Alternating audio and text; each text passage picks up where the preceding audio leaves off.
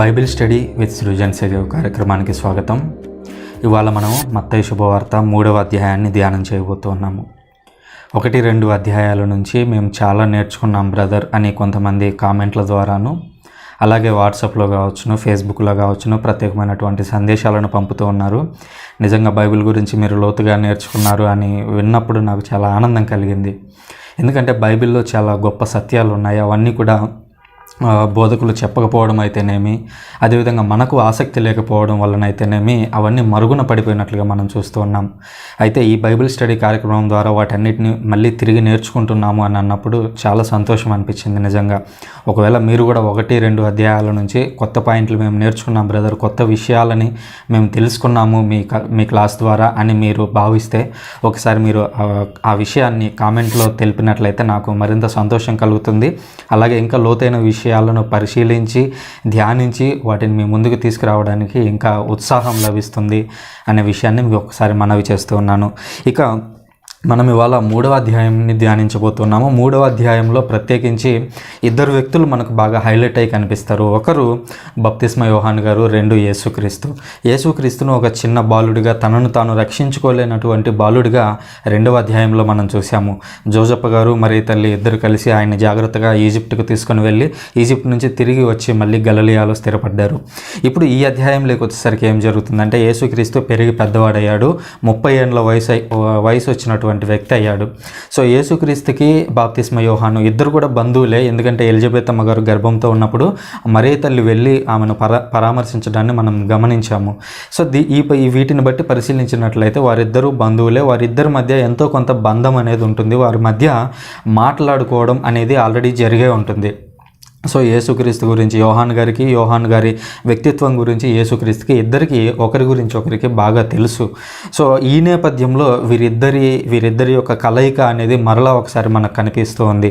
అయితే వీరిద్దరూ ఎలా తయారయ్యారు, ఒక్కొక్కరు విభిన్న మార్గాల్లో ప్రయాణిస్తూ ఉన్నారు. విభిన్న మార్గాల్లో వారి మార్గాల్లో వారు ఎలా ఉన్నారు అనేటువంటి విషయాల గురించి మనం ఈరోజు ధ్యానించబోతున్నాం. మొట్టమొదటిగా మనకు కనిపించేటువంటి పునీత బప్తిస్మ యోహాను గారు ఎడారిలో ఉండి వారందరికీ కూడా, అక్కడికి వచ్చేటువంటి ప్రజలందరికీ కూడా మారు మనసు పొందండి అని బోధించినట్లుగా మనకి ఇక్కడ కనిపిస్తూ ఉంది. అసలు మొట్టమొదట మనం ఒక క్వశ్చన్ వేసుకోవాలి. పునీత బప్తిస్మ యోహాను గారు వెళ్ళి ఎడారిలో ఉన్నారంట. అసలు ఎడారిలో ఎందుకు ఉన్నాడు?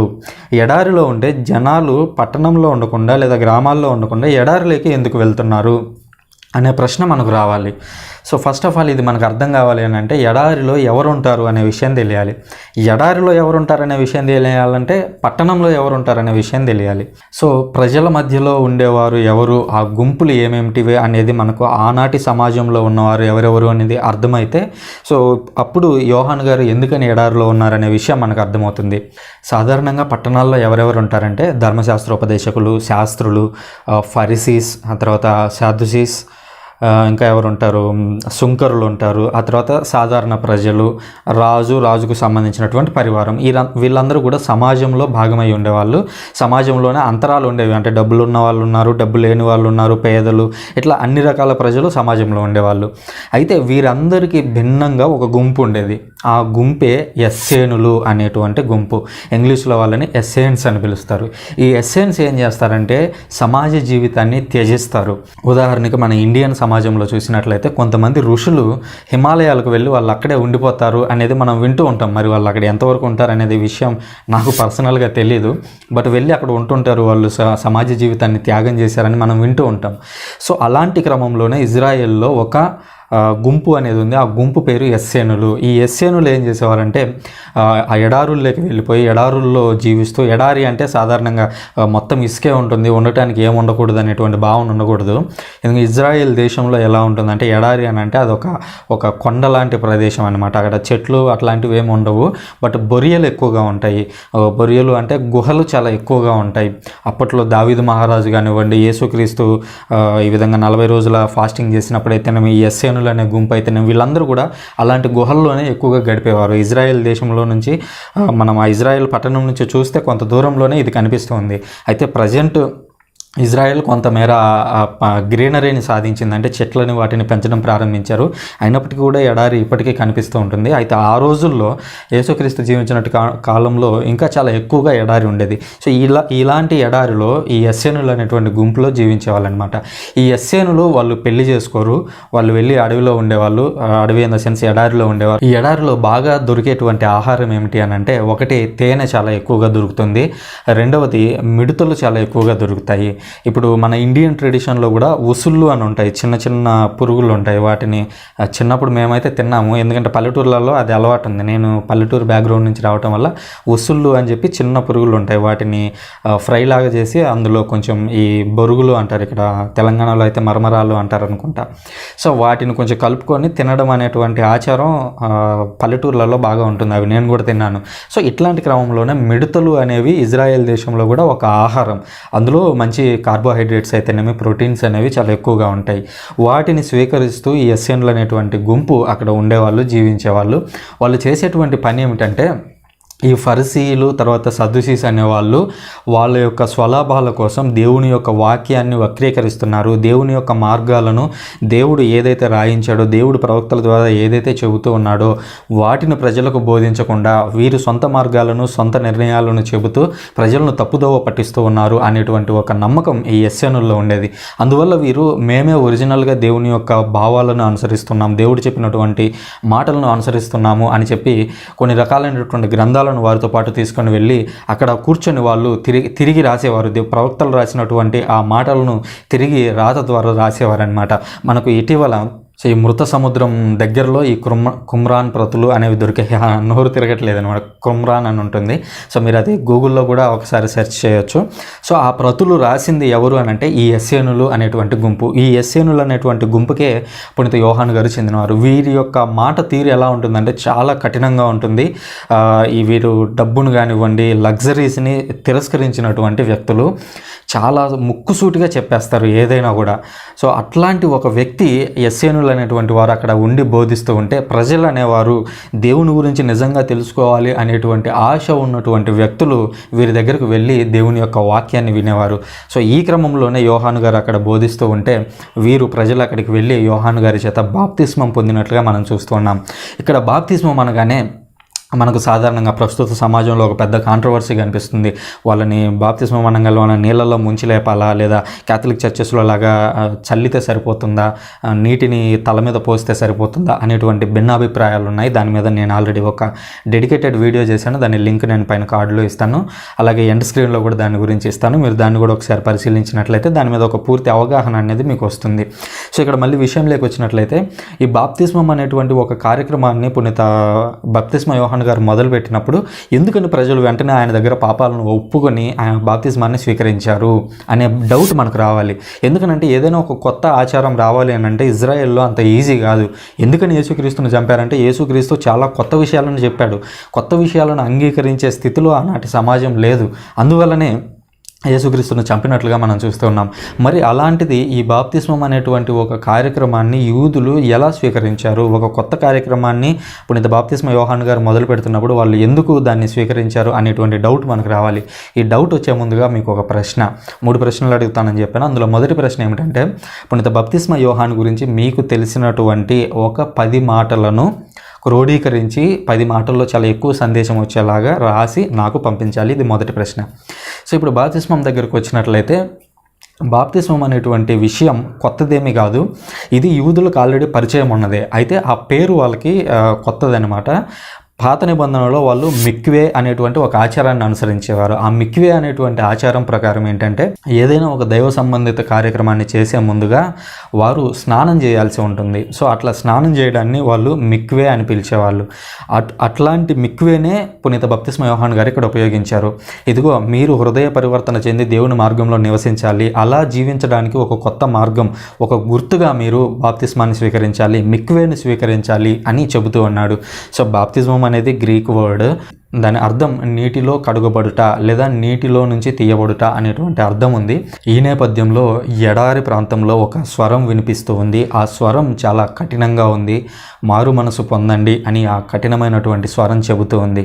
అయితే ఆ స్వరం ఎవరు అనేటువంటి డౌట్ మనకు వచ్చినట్లయితే ఈ డౌట్ మనకు యెషయా ప్రవక్త తీరుస్తూ ఉన్నాడు. యెషయా ప్రవక్త చెప్పినట్లుగా ప్రభు మార్గమును సిద్ధం చేయుడు, ఆయన త్రోవలను తీర్చిదిద్దుడు అని ఎడారిలో ఒక వ్యక్తి ఎలుగెత్తి పలుకుచూ ఉండెను. ఆ వ్యక్తి ఎవరో కాదు, పునీత యోహాను గారే అని పునీత మత్తయ్య గారు మనకి ఇక్కడ స్పష్టం చేస్తూ ఉన్నారు. ఆ స్వరాన్ని విని ఆ స్వరంతో పాటుగా మనం నడుచుకోవాల్సినటువంటి అవసరం ఉంది అనేది పునీత మత్తయ్య గారి భావన. ఈ యోహాను గారు ఎలా ఉన్నారు, చూడటానికి ఎలా ఉన్నారు అనేటువంటి ఇంకొక ప్రశ్న మనం వేసుకోవాలి. పునీత యోహాను గారంట ఒంటె రోమాలతో చేసినటువంటి ఒక కంబలిని ధరించి ఉన్నారంట. నడుముకి ఒక తోలు దట్టి పట్టుకొని ఉన్నాడంట. ఆహారాన్ని అనగా మిడతలను తర్వాత తేనెను ఆహారంగా తీసుకుంటూ ఉన్నాడంట. ఇవి వినగానే ఒక పాత నిబంధనలో మనకు ఒక వ్యక్తి గుర్తు రావాలి. ఆ వ్యక్తి ఇప్పటికే మీకు గుర్తొచ్చాడు అని అనుకుంటూనే ఉన్నాను. అతనే ఏలియా ప్రవక్త. సో ఏలియా ప్రవక్తకు సంబంధించినటువంటి విషయాలను మనము రాజుల 2వ గ్రంథంలో 1వ అధ్యాయంలోనే చూస్తాము. అక్కడ ఏలియా కూడా సేమ్ అపీరెన్స్తో కనిపిస్తాడు. ఇప్పుడు సృజన్ సెగేవ్ అనగానే సృజన్ సెగేవ్ ఎలా ఉంటాడు అని అంటే, ఓకే సృజన్ సెగేవ్ అనేటువంటి వ్యక్తికి ఇట్లా ఈ విధంగా గడ్డం ఉంటుంది, ఇట్లా మెడ వరకు ఉండేటువంటి ఒక కాలర్ చైనా కాలర్ పెట్టుకొని ఉంటాడు, ఒక వాచ్ పెట్టుకొని ఉంటాడు. ఇట్లా ఒక గుర్తులు ఏవైతే గుడ్డి గుర్తులు చెప్తామో అలాగే పాత నిబంధనలో ఒక ఒంటె రోమముల వస్త్రాన్ని ధరించి కంబలిని ధరించి నడుముకు తోలు తట్టి కట్టుకున్నటువంటి వ్యక్తి ఎవరు అంటే మీరు మొత్తం వెతికి చూడండి, ఒకే ఒక వ్యక్తి కనిపిస్తాడు. ఆ వ్యక్తే ఏలియా ప్రవక్త. సో ఇక్కడ కూడా ఏలియా ప్రవక్తకు నెరవేర్పుగా ఇక్కడ మనకు పునీత బప్తిస్మ యోహాను గారు కనిపిస్తూ ఉన్నారు. ఎందుకని ఆయన కనిపిస్తూ ఉన్నారంటే మలాకీ ప్రవక్త ఒక మాట మలాకీ ప్రవక్త రాసినటువంటి గ్రంథము చివరి అధ్యాయం చివరి 2-3 వచనాలను చదివినట్లయితే అక్కడ మలాకీ ప్రవక్త గారు మాట్లాడుతూ ఈ విధంగా అంటాడు, ఒక మహాదినం అనేది రాబోతూ ఉంది. ప్రభువు వచ్చేటువంటి ఆ దినమునకు ముందు రోజుగా నేను ముందుగా ఏలియాను పంపిస్తాను. ఏలియా వచ్చి పరిస్థితులను చక్కదిద్దుతాడు. ఏలియా వచ్చి మెస్సయాకు మార్గాన్ని సిద్ధం చేస్తాడు అని మలాకీ ప్రవక్త చెప్పడం మనం చూస్తూ ఉన్నాము.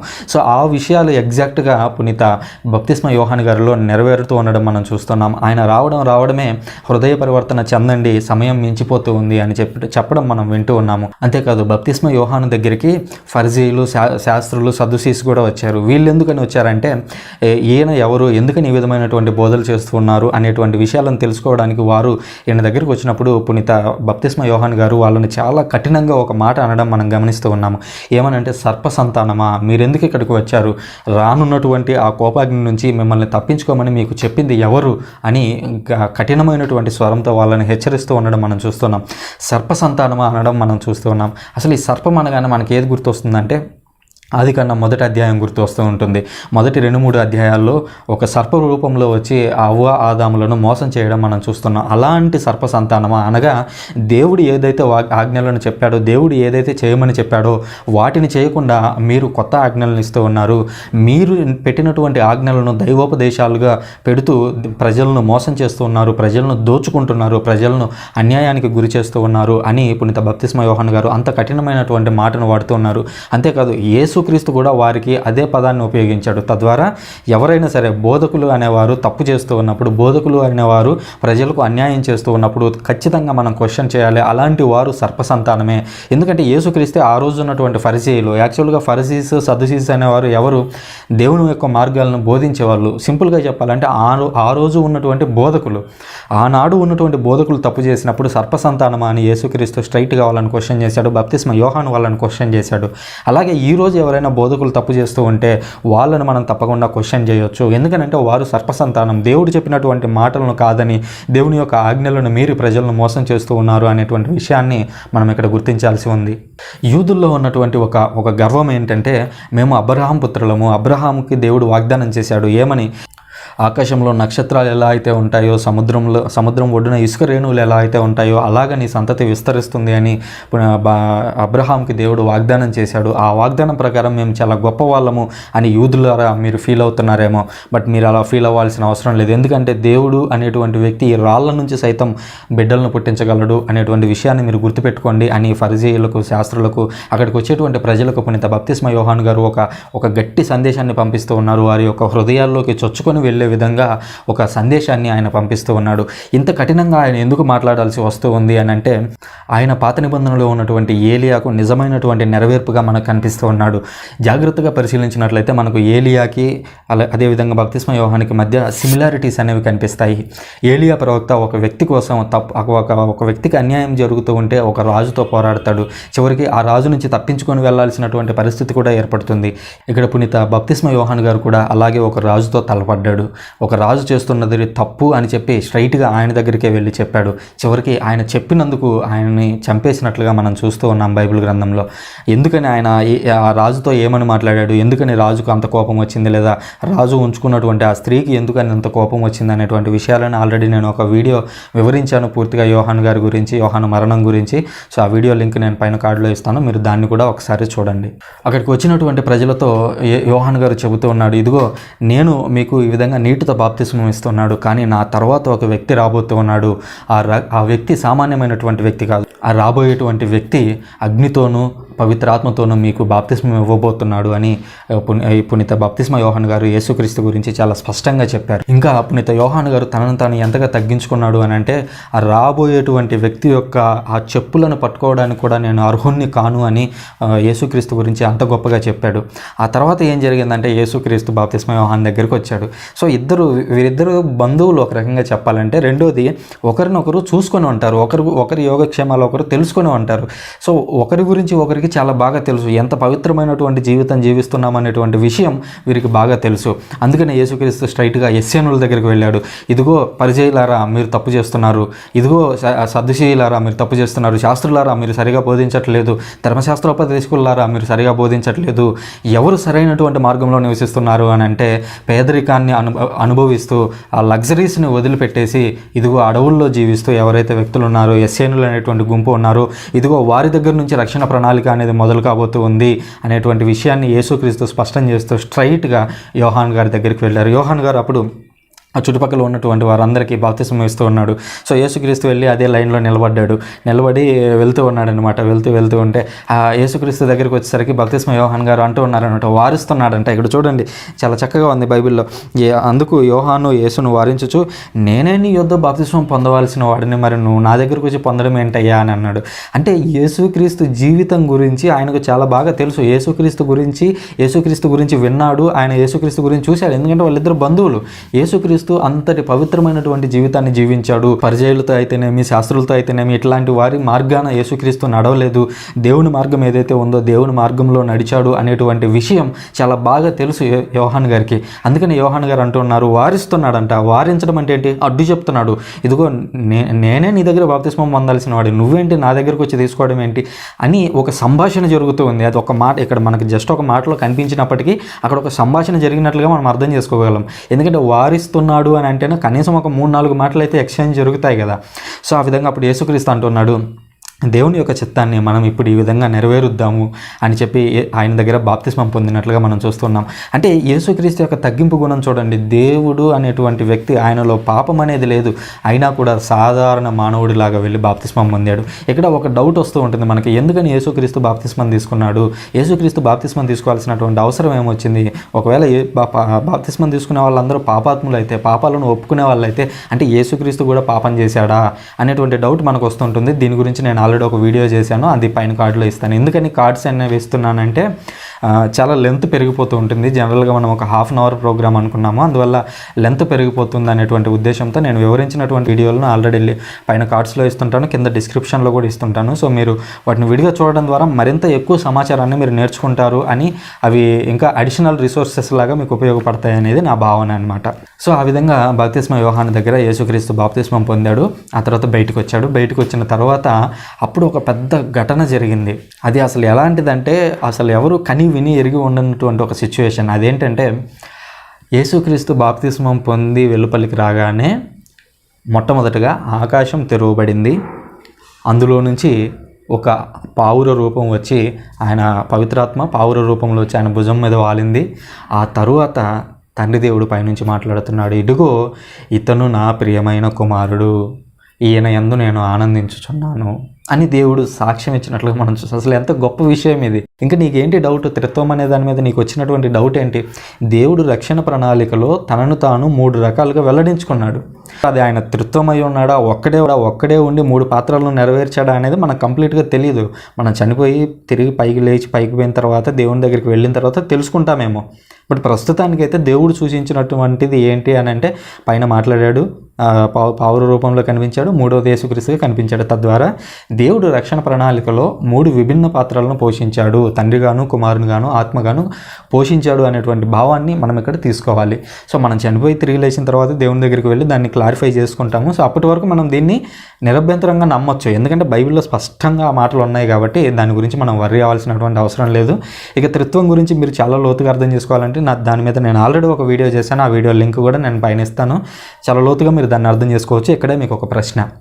ఆ ప్రశ్న ఏంటంటే, త్రిత్వం గురించి ఏదైనా ఒక ఎగ్జాంపుల్ తీసుకొని త్రిత్వం అంటే ఏంటి అనేది మీరు వివరించండి.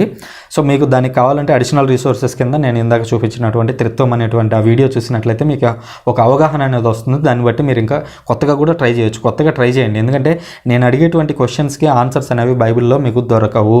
మీరు అర్థం చేసుకొని మీరేం అర్థం చేసుకున్నారనేది నాకు రాసి పంపించాలి. అదనమాట విషయం. సో ఇక్కడ మనం ఆ బాప్తిస్మం గురించి మాట్లాడుతున్నాం. ఇప్పుడు యేసుక్రీస్తు బాప్తిస్మం గురించి మనం చాలా విషయాలు మాట్లాడాల్సి ఉంది, నేర్చుకోవాల్సి ఉంది. వీడియో అయిపోతుందని అనుకోవద్దు. ఇప్పుడు మొట్టమొదటిగా గమనించాల్సింది ఏంటంటే, యేసుక్రీస్తు ఎలాంటి బాప్తిస్మం ఇస్తాడు అని పునీత యోహాను గారు చెప్పాడు. ఆయన ఎలాంటి బాప్తిస్మం ఇస్తాడు అన్నాడంటే, నెంబర్ 1 ఆయన అగ్నితో బాప్తిస్మం ఇస్తాడంట, రెండోది ఆత్మతో బాప్తిస్మం ఇస్తాడంట. సో యూదుల్లో ఉన్నటువంటి ఒక నమ్మకం ఏంటంటే, నెంబర్ 1 మెస్సయ్య రావాలి అనేటువంటి నమ్మకం, భావన వారిలో ఉంది. ఈ మెస్సయ్య గురించి మనం ఆల్రెడీ 2వ అధ్యాయంలో చాలా కూలంకషంగా చర్చించాము. ఆయన ఎలా వస్తాడు, ఇమ్మానుయేల్గా ఎలా వచ్చాడు, దాన్ని ఎలా నెరవేర్చాడు 28వ అధ్యాయంలో అనేది మనం ఆల్రెడీ నేర్చుకున్నాం. సో మెస్సయ్య అనేటువంటి వ్యక్తి వచ్చాడు. అయితే ఆ వ్యక్తి వచ్చిన తర్వాత ఇంకొక ప్రవచనం కూడా నెరవేరాల్సి ఉంది. అదేంటంటే యావేలు ప్రవక్త 2వ అధ్యాయం 28వ వచనం మనం గమనించినట్లయితే, అక్కడ దేవుడు అంత్య దినాల్లో తన యొక్క ఆత్మను కుమ్మరిస్తాను అని చెప్పాడు. సో మెస్సయ్య వచ్చాడు అని అంటేనే అది ఒక రకంగా అంత్య దినాలు. మరి మెస్సయ్య వచ్చినప్పుడు ఆత్మ కూడా రావాలి. మరి ఆత్మ ఎలా వస్తుంది అనేటువంటి డౌట్ మనకు రావాలి. ఇక్కడ పునీత బాప్తిస్మ యోహాను గారు దానికి ఆల్రెడీ సమాధానం ఇచ్చారు. ఏమనంటే, యేసుక్రీస్తు రాబోతున్నాడు, ఆయన ఆత్మతో మాత్రమే కాదు అగ్నితో బాప్తిస్మం ఇవ్వబోతున్నాడు అని ఇంకొక కొత్త మాటను కూడా ఆయన జత చేశాడు. మరి అది ఎక్కడ నెరవేరింది? అది ఎక్కడ నెరవేరిందంటే, అపోస్తలుల మీదకి పవిత్రాత్మ దేవుడు అగ్ని రూపంలో దిగి వచ్చినట్లుగా మనం అపోస్తలుల చర్యలు 1-2 అధ్యాయాల్లో మనం గమనిస్తాము. సో దీన్ని బట్టి పరిశీలించినట్లయితే యేసుక్రీస్తు రావడం వల్ల పాత నిబంధనలో ఏవైతే దేవుడు ముందుగానే చెప్పాడో అవన్నీ నెరవేరుతున్నట్లుగా, ఒకదాని తర్వాత ఒకటి నెరవేరుతున్నట్లుగా మనం చూస్తూ ఉన్నాము. ఆ తర్వాత పునీత బాప్తిస్మ యోహాను గారు యేసుక్రీస్తుకు జ్ఞానస్నానం ఇచ్చేటువంటి జ్ఞానస్నానం అనే డౌట్ మీకు కొత్తగా రావచ్చు. జ్ఞానస్నానం అనేది తెలుగు వర్డ్, బాప్టిజం అనేది గ్రీక్ వర్డ్. జనరల్గా ఒక భాష నుంచి ఇంకో భాషకు తర్జుమా చేసేటప్పుడు 2 రకాల అనువాదాలను అనుసరిస్తారు. అది మొదటిది ఏంటంటే ట్రాన్స్లిటరేషన్ అంటారు. ట్రాన్స్లిటరేషన్ అంటే ఒక వర్డ్ ఉందంటే ఆ వర్డ్ని ఎగ్జాక్ట్గా తీసుకుంటారు. ఉదాహరణకి రోడ్ అనేది ఇంగ్లీష్ వర్డ్, మన తెలుగులో మనం దాన్ని ఎలా ఉపయోగిస్తామంటే రోడ్డు అని వాడతాం. అలాగే బాప్టిజం అనేది గ్రీక్ వర్డ్, దాన్ని ట్రాన్స్లిటరేషన్ చేసి బాప్తిస్మము అని తెలుగులో రాశారు. కానీ తెలుగు అర్థాన్ని కథోలిక శ్రీ సభ బైబిల్లో రాసింది, దాన్ని జ్ఞానస్నానము అని రాసింది. జ్ఞానస్నానము అంటే స్నానము ఇన్ ద సెన్స్, బాప్టిజం అనేటువంటి వర్డ్కి తెలుగు పదమే జ్ఞానస్నానం. సో అది కొత్త వర్డ్ కాదు. ట్రాన్స్లిటరేషన్ ప్రొటెస్టెంట్ బైబిల్లో కనిపిస్తుంది, ట్రాన్స్లేషన్ క్యాథలిక్ బైబిల్లో కనిపిస్తుంది. సో ఆ పదాల మధ్య కన్ఫ్యూజ్ అవ్వద్దు. సో ఇప్పుడు యేసుక్రీస్తు పునీత బాప్తిస్మ యోహాను గారి వద్ద జ్ఞానస్నానాన్ని స్వీకరించాడు. అలా స్వీకరిస్తూ ఉన్నటువంటి క్రమంలో మనం పాత నిబంధనలో ఒక ఉదాహరణ చూడొచ్చు. అదేంటంటే, ఏలియా ప్రవక్త ఉన్నాడు. ఏలియా ప్రవక్త ఆల్రెడీ పునీత బాప్తిస్మ యోహాను గారికి సాదృశ్యం అని మనం మాట్లాడుకున్నాం. సో ఏలియా ప్రవక్త ఒక కంపానియన్ ఉన్నాడు. ఏలియా ప్రవక్త ఆకాశంలోకి కొనిపోబడే ముందుగా ఒక ప్రవక్తని ఎన్నుకున్నాడు. ఆయన ఎవరంటే ఎలీషా ప్రవక్త.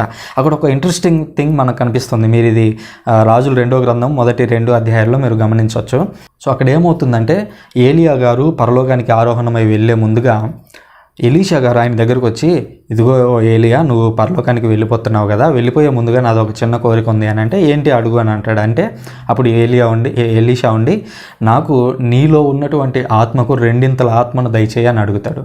అప్పుడు ఏలియా ఉండి, సరే అది నేను ఖచ్చితంగా చెప్పలేను, బట్ నేను పైకి వెళ్ళేటప్పటికి నువ్వు చూసావంటే నీకు రెండింతల ఆత్మ వస్తుంది అని అంటే, ఆ తర్వాత ఏలియా పైకి వెళ్ళడం చూస్తాడు. ఏలీషాకి ఆ ఆత్మ అనేది రెండింతలుగా అనుగ్రహించబడుతుంది. ఏలియా 8 అద్భుతాలు చేస్తే ఎలీషా 16 అద్భుతాలు చేస్తాడు. తద్వారా డబల్ ఆత్మ పొందాడు అనేది చాలా స్పష్టంగా మనకు బైబిల్ గ్రంథంలో కనిపిస్తుంది. ఇక్కడ యేసుక్రీస్తు యోహాను మధ్య ఇలాంటి ఒక ఘటనను మనం చూడొచ్చు. యోహాను ఏలియాకు సాదృశ్యం, ఎలీషాకు యేసుక్రీస్తు సాదృశ్యం. యేసుక్రీస్తు దగ్గరికి ఆత్మ దిగి రావడం మనం చూస్తున్నాం. యోహాను ప్రవక్త దగ్గర ఎంత ఆత్మ ఉందో మనకు బైబిల్ గ్రంథంలో స్పష్టంగా చెప్పలేదు. బట్ ఎప్పుడైతే యేసుక్రీస్తు ఆయన దగ్గర బాప్తిస్మం పొందాడో అక్కడ ఎలీషా ప్రవక్త దగ్గరికి రెండింతల ఆత్మ దిగి వచ్చినట్లుగా ఇక్కడ పవిత్ర ఆత్మ ఫుల్ ప్రజెన్స్. ఎందుకంటే ఆకాశం తెరవబడిన తర్వాత పైనుంచి పవిత్రాత్మ దేవుడు పావుల రూపంలో వచ్చి నిలబడ్డాడు. అక్కడేమో ఏలియా దగ్గర కేవలం ఏలియా దగ్గర ఎంత ఆత్మ అయితే ఉందో రెండింతల ఆత్మ మాత్రమే ఎలీషా పొందాడు. బట్ యేసుక్రీస్తు దగ్గరకు వచ్చేసరికి ఫుల్ ప్రజెన్స్ అనమాట. పవిత్రాత్మ దేవుడు కంప్లీట్గా వచ్చి ఆయన దగ్గర నిలబడ్డాడు, పావుల రూపంలో వచ్చి ఆయన మీద వాలినట్లుగా మనం చూస్తున్నాం. తద్వారా ఆత్మ అనేటువంటి వ్యక్తికి ఫుల్ ఫాము లేదా ఆత్మ అనేటువంటి పవిత్రాత్మ దేవుడిని మనం ఎక్కడ చూడొచ్చు అని అంటే యేసుక్రీస్తులో పూర్తిగా ఏకమై ఉన్నట్లుగా మనం చూస్తాము. అందుకనే ముగ్గురు సమానమే, తండ్రి, పిత, పుత్ర, పవిత్రాత్మ అనేది క్యాథలిక్ ట్రెడిషన్లో ఉన్నటువంటి చిన్న ప్రేయర్. సో పిత, పుత్ర, పవిత్రాత్మ వీరు ముగ్గురు ఒక్కటే, వీరి ముగ్గురు సరి సమానులు. జ్ఞానంలో కావచ్చు, బలంలో కావచ్చు, శక్తి సంపన్నంలో కావచ్చు, ముగ్గురు కూడా సరి సమానమే అనేటువంటి సత్యాన్ని మనం విశ్వసిస్తూ ఉన్నాము అనేటువంటి విషయాన్ని మనం ఇక్కడ గమనించాలి. అంతేగాక యేసుక్రీస్తు పాత నిబంధనలో ఉన్నటువంటి యెరూషలేము జాతి మొత్తానికి కూడా ప్రతీకగా ఉన్నాడు. అందుకని చూడండి, పాత నిబంధనలో దేవుడు ఇజ్రాయేలు నుంచి నా కుమారుణ్ణి పిలిచెతిని అనేటువంటి వాక్యాన్ని 2వ అధ్యాయంలో మనం ఆల్రెడీ ధ్యానించాము. సో 2వ అధ్యాయంలో ఉన్నటువంటి ఆ మాట ఇక్కడ కూడా వర్తిస్తుంది అనేటువంటి విషయాన్ని మనం గుర్తించాలి. యేసుక్రీస్తు అనేటువంటి వ్యక్తి ఇజ్రాయేల్ మొత్తానికి ప్రతీకగా ఉన్నాడు. ఆ రోజు మనం చూసినట్లయితే ఎక్సోడస్ నిర్గమకాండము 4వ అధ్యాయంలో వచనం ఎగ్జాక్ట్ గుర్తులేదు. సో 4వ అధ్యాయంలో దేవుడు ఒక మాట చెప్తాడు, ఇదిగో ఇజ్రాయేలు, మీరు నేను మొదటగా ఎన్నుకున్నటువంటి నా పుత్రులు, మీరంతా కూడా నా ప్రథమ ఫలము అని చెప్తాడు. కానీ అక్కడ దేవుడు వారితో సంతోషించలేదు. ఎందుకనంటే వారు పాపంలో పడిపోయారు, దేవుని మార్గాలను అనుసరించకుండా దేవునికి వ్యతిరేకంగా నడిచారు వారు. కానీ యేసుక్రీస్తు దగ్గరికి వచ్చేసరికి ఏమని చెప్తున్నాడు చూడండి, ఈయన నా ప్రియమైన కుమారుడు, ఈయన యందు నేను ఆనందించుచున్నాను. ఎందుకంటే మొదటి కుమారుడు అక్కడ పడిపోయాడు. ఏ మొదటి కుమారుడిని అయితే దేవుడు ఎన్నుకున్నాడో, ఏ మొదటి కుమారుడిని అయితే దేవుడు తన మార్గాల్లో నడిపించాలని అనుకున్నాడో ఆ కుమారుడు అక్కడ ఫెయిల్ అయ్యాడు. బట్ ఇక్కడ నూతన కుమారుడు ఎవరైతే ఉన్నారో ఈయన యందు నేను ఆనందించుచున్నాను అనేటువంటి దేవుడు ఆ మాటను పలుకుతూ ఉన్నాడు. అంతేకాదు ఈయన ఆత్మతో నింపబడినట్లుగా మనం యెషయా గ్రంథం 42వ అధ్యాయంలో అక్కడ చూస్తాము. ఇదిగో ఇతను నా సేవకుడు, నేను ఇతన్ని ఎంచుకున్నాను, ఇతన్ని నేను బలాఢ్యుణ్ణి చేశాను, ఇదిగో ఇతని మీద నా ఆత్మను పెట్టాను, నా ఆత్మను కుమ్మరించాను, ఇతడు ఎవరికి అన్యాయం చేయడు, ఎవరి మీద అతను కోపడడు, ఆయన అందరికీ సమానంగా చూస్తాడు అనేటువంటి విషయాలను ఆయన చాలా స్పష్టంగా చెప్పినట్లుగా యెషయా ప్రవక్త గ్రంథం 42వ అధ్యాయంలో మనం చూస్తూ ఉన్నాము. ఇక్కడ మీకు 3వ ప్రశ్న, మనం హృదయ పరివర్తనం అనేటువంటి మాట గురించి మనం మొదటి వచనాల్లో మనం చూసాము. సో హృదయ పరివర్తనం అంటే మీరు దాని నుంచి ఏం నేర్చుకున్నారు అనేటువంటి విషయాన్ని 10 వాక్యాల్లో రాసి నాకు పంపించాలి. ఇది 3వ ప్రశ్న. సో 3వ అధ్యాయంలో మనం ఏమేమి నేర్చుకున్నాము అనేటువంటి విషయాన్ని ఒక్కసారి ఇప్పుడు క్విక్ రివ్యూ చేద్దాము. అందులో పునీత బప్తిస్మ యోహాను గారు మనం మొదటగా కనిపించారు. పునీత బప్తిస్మ యోహాను గారు ఏలియా ఆత్మతో నడిపించబడుతూ ఉన్నటువంటి వ్యక్తి. ఆనాడు ఏలియా ఎంత ధైర్యంగా అయితే నిలబడ్డాడో అంతే ధైర్యంగా నిలబడి అన్యాయాన్ని ఖండించేటువంటి వ్యక్తిగా మనకు బప్తిస్మ యోహాను గారు కనిపిస్తూ ఉన్నాడు. ఆయన ఎడారిలో జీవిస్తూ ఉన్నాడు. ఎడారిలో ధనవంతులైనటువంటి ఒక జీవితాన్ని వదిలేసి ఒక పేద వ్యక్తిగా, దేవుని మార్గాలను అనుసరించేటువంటి వ్యక్తిగా ఎస్సేనులు అనేటువంటి ఒక గుంపులో జీవిస్తూ ఉన్నాడు. ఆ గుంపులో జీవిస్తూ తన వద్దకు వచ్చిన వారికి దైవ వాక్యాన్ని అందిస్తూ వారికి బాప్తిస్మం అనేటువంటి కార్యక్రమాన్ని నిర్వహిస్తూ నడిపిస్తూ ఉన్నాడు. అంతేగాక ఆయన దగ్గరకు వచ్చినటువంటి ఫరిజేయులను, శాస్త్రులను ఆయన ఖండించాడు. వారు చేసేటువంటి తప్పులను ఖండించాడు. ఇదిగో మీకు తీర్పు రాబోతూ ఉంది, సిద్ధంగా ఉండండి, లేదా మీరు మారు మనసు పొందండి, ఇప్పటికైనా మీరు మారు మనసు పొందకపోతే ఆ అగ్నిలో మీరు ఆహుతి అవుతారు అని చెబుతూ ఉన్నాడు. అంతేకాదు రాబోయేటువంటి మెస్సయ్య గురించి చెప్పాడు. తనను తాను తగ్గించుకొని లోయెస్ట్ లెవెల్కి తగ్గించుకొని రాబోయేటువంటి వ్యక్తి నాకంటే చాలా గొప్ప శక్తిమంతుడు, ఆయన యొక్క చెప్పులను పట్టుకోవడానికి కూడా నేను అర్హుణ్ణి కాదు అని తనను తాను ఎంతో గొప్పగా తగ్గించుకున్నట్లుగా మనం చూస్తున్నాం. ఇలా తనను తాను తగ్గించుకునేవాడు హెచ్చింపబడును, తనను తాను హెచ్చించుకునేవాడు తగ్గించబడును అన్నటువంటి మాటని యేసుక్రీస్తు తర్వాతి వచనాల్లో తర్వాతి అధ్యాయాల్లో చెప్పడం మనం చూస్తాం కూడా త్వరలో. సో అలాంటి వ్యక్తి దగ్గరికి యేసుక్రీస్తు వచ్చి బాప్తిస్మం పొందుతూ ఉన్నాడు. ఆ బాప్తిస్మం పొందేటువంటి క్రమంలో వారిద్దరి మధ్య చిన్న సంభాషణ జరుగుతుంది. బాప్తిస్మ యోహాను గారు అంటూ ఉన్నారు, ఇదిగో యేసయ్య, నువ్వు చాలా గొప్పవాడి, నేను నీ దగ్గర బాప్తిస్మం పొందాల్సిన, నువ్వేంటి నా దగ్గరకు వచ్చి నాన్న బాప్తిస్మం అడుగుతావని అంటే, లేదు దేవుని ప్రణాళిక ఈ విధంగా నెరవేరుద్దాము అని చెప్పి యేసుక్రీస్తు ఆయన దగ్గర బాప్తిస్మం తీసుకున్నాడు. బాప్తిస్మం తీసుకునేటువంటి క్రమంలో పాత నిబంధనలో ఉన్నటువంటి ఆత్మను కృమ్మరించడం అనేటువంటి ఆ అర్థాలను ఇక్కడ నెరవేరుస్తూ ఉన్నట్లుగా మనం చూస్తూ ఉన్నాము. అదేవిధంగా ఆనాడు ఎగ్జోడస్, ఆ నిర్గమ కాండంలో ఏ విధంగా అయితే వారు సముద్రం చీల్చబడినప్పుడు సముద్రంలో నుంచి వారు ఎలా అయితే ప్రయాణించారో, ఈనాడు యేసుక్రీస్తు కూడా యోర్దాను నదిలో ఆయన బాప్తిస్మం పొంది బయటికి వచ్చాడు. బయటికి వచ్చిన తర్వాత పవిత్రాత్మ దేవుడు ఆయన మీదకి దిగి వచ్చాడు. పవిత్రాత్మ దేవుడు దిగి వచ్చిన తర్వాత తండ్రి దేవుడు పైనుంచి ఆకాశం నుంచి మాట్లాడుతున్నాడు, ఇదిగో నా ప్రియమైన కుమారుడు, ఈయన మాటలను మీరు వినండి, ఈయన మాటలను మీరు నమ్మండి, ఈయన మాటల ప్రకారం మీరు అనుసరించండి అని దేవుడు చెబుతూ ఉన్నట్లుగా మనం చూస్తున్నాం. తద్వారా అక్కడ దేవుడు తన యొక్క స్వరూపాన్ని తను అక్కడ ప్రదర్శిస్తూ ఉన్నాడు, త్రిత్వైక రూపాన్ని అక్కడ ప్రదర్శిస్తూ ఉన్నాడు అనేటువంటి విషయాలను మనం గుర్తించాము. అంతేకాదు, దేవుడు అనేది ఒక హెచ్చరిక చేసినప్పుడు ఆ హెచ్చరికను బట్టి మనం మార్చుకోకపోతే, మన మార్గాలను మార్చుకోకపోతే, నాడు పరిచయులు శాస్త్రులాగానే ఈరోజు ఒక్క నామరూపాలు లేకుండా నాశనం అవుతాము. దేవుడు ఆ రోజు హెచ్చరించాడు వారిని, కానీ వారు ఆ మాట వినలేదు. విననందుకు ఈరోజు చూడండి, లోకంలో పరిచయులు శాస్త్రులు అనేవాళ్ళు లేరు, ధర్మశాస్త్రోపదేశకులు లేరు. ఈ రోజుల్లో కేవలం రబ్బీలు అనేవాళ్ళు మాత్రమే ఈరోజు ఇజ్రాయెల్లో మిగిలారు. ఆ పరిచయులు శాస్త్రులు అందరూ కూడా నాశనం అయిపోయారు. వాళ్ళు ఎక్కడ ఇప్పుడు మనకు కనిపించట్లేదు, ఆ వ్యవస్థ ఇప్పుడు కనిపించట్లేదు. అంటే దేవుడు ఆ వ్యవస్థని రద్దు చేశాడు, అంతటితో మూసేశాడు అనేటువంటి విషయాన్ని గుర్తించాలి. ఈరోజు మన జీవితంలో కూడా దేవుడు ఏదైనా చెప్పినప్పుడు, మారు మనసు పొందు అని దేవుడు చెప్పినప్పుడు మనం దాన్ని అంగీకరించడానికి, మన మనసులను మార్చుకోవడానికి మనం సిద్ధపడం. అలా సిద్ధపడకపోతే దేవుడు మనల్ని నాశనం చేస్తాడు అని అనలేం. బట్ దేవుడు ఎంత అవకాశం ఇవ్వాలో మన మరణం వరకు అవకాశం ఇస్తాడు. బట్ మనం మారకపోతే మాత్రం మనల్ని ఇంకెవరు బాగు చేయలేరు అనేటువంటి విషయాన్ని మనం గుర్తించాల్సి ఉంది. ఇక రాబోయేటువంటి అధ్యాయంలో యేసుక్రీస్తు జ్ఞానస్నానం పొందిన తర్వాత ఆత్మ చేత నడిపింపబడుతూ ఎడారిలోకి వెళ్తూ ఉన్నాడు. ఎడారిలో ఆయన 40 రోజుల పాటు ఉపవాసాన్ని స్వీకరించబోతున్నాడు. ఉపవాస దీక్షను ఆయన అనుసరించబోతున్నాడు. ఆ దీక్షలో సాతానుడు ఆయన వద్దకు వచ్చి పలు రకాలుగా ప్రశ్నించాడు, పలు రకాలుగా శోధించాడు. ఆ శోధనలో యేసుక్రీస్తు జయించాడు. ఇక్కడ నేను ఒక విషయాన్ని మీకు చెప్తాను. సాతానుకు ఉన్నటువంటి బలహీనతను మనం తెలుసుకున్నట్లయితే సాతాను ఎవ్రీ టైం మనం గెలిచేయచ్చు. దాని మీద ఆ సాతానుని ఎలా జయించాలి, సాతానుకు ఉన్నటువంటి వీక్నెస్ ఏంటి, సాతాను వీక్నెస్ ఏంటో యేసుక్రీస్తు మనకు తర్వాతి అధ్యాయంలో బయటపెట్టాడు. దాన్ని 4వ అధ్యాయంలో భాగంగా మనము రాబోయేటువంటి క్లాసులో చర్చిస్తాము. సో మీరు ఈ విషయంలో మీరు ఏదైనా కొత్తవి నేర్చుకుని ఉంటే, ఈ అధ్యాయంలో మీరు కొత్త విషయాలు నేర్చుకుని ఉంటే తప్పకుండా కామెంట్ బాక్స్లో రాయండి. తద్వారా అది నాకు ఉత్సాహకరంగా ఉంటుంది అనే విషయాన్ని మీకు స్పష్టం చేస్తూ ఉన్నాను. Thank you very much.